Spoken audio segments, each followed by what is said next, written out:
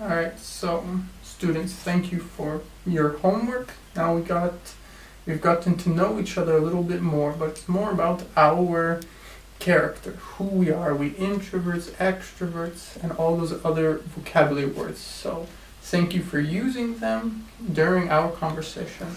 Now we're going to focus a little bit on grammar. So last time we talked about some new words. Today we're going to be focusing on our habits.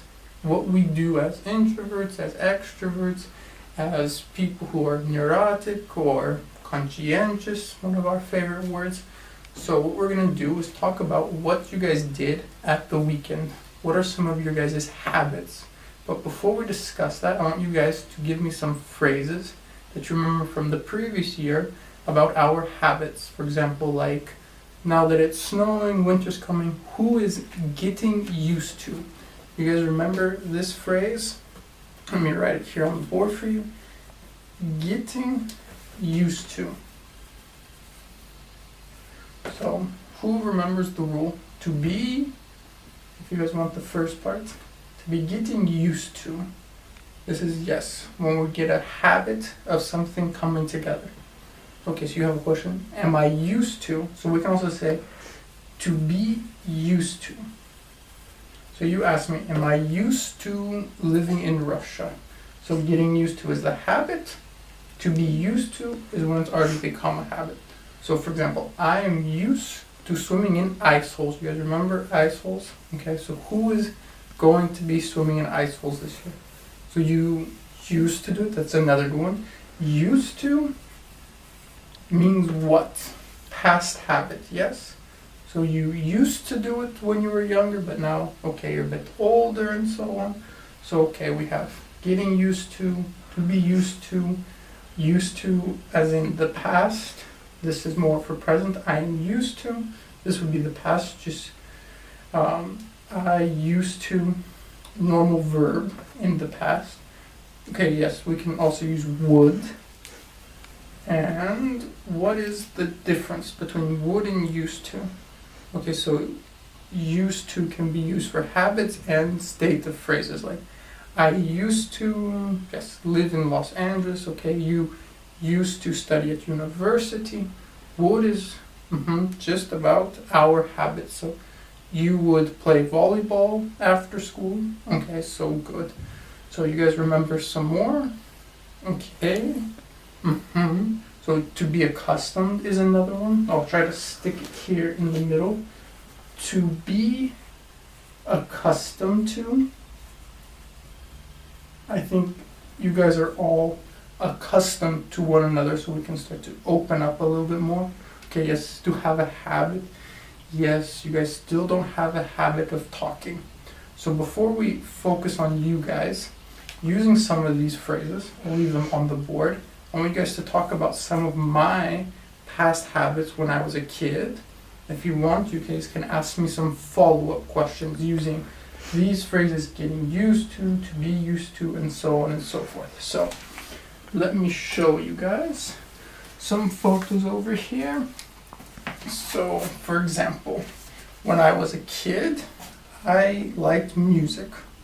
I still like it, so I have liked, I can also say, since I was a child.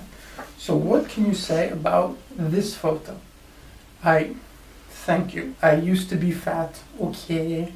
So I used to be fat, but I'm still beautiful. Yes. Okay. So yes. I used to play the piano. Okay, you would play the piano in your shorts. Okay.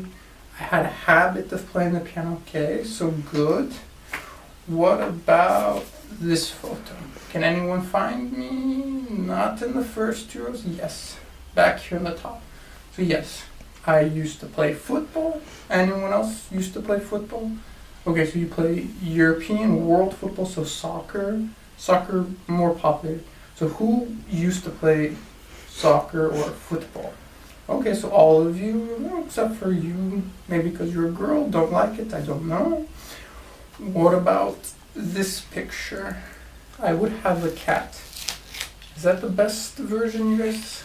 No, because it's a state. Either you have a cat, as I used to have, or you don't have a cat. So better not to use would.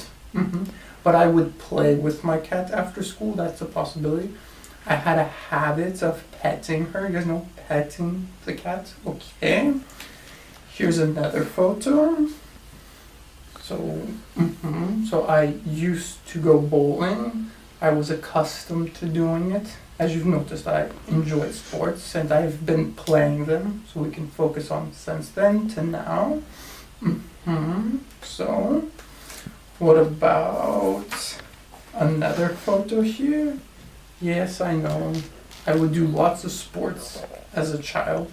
Okay, that's a good example.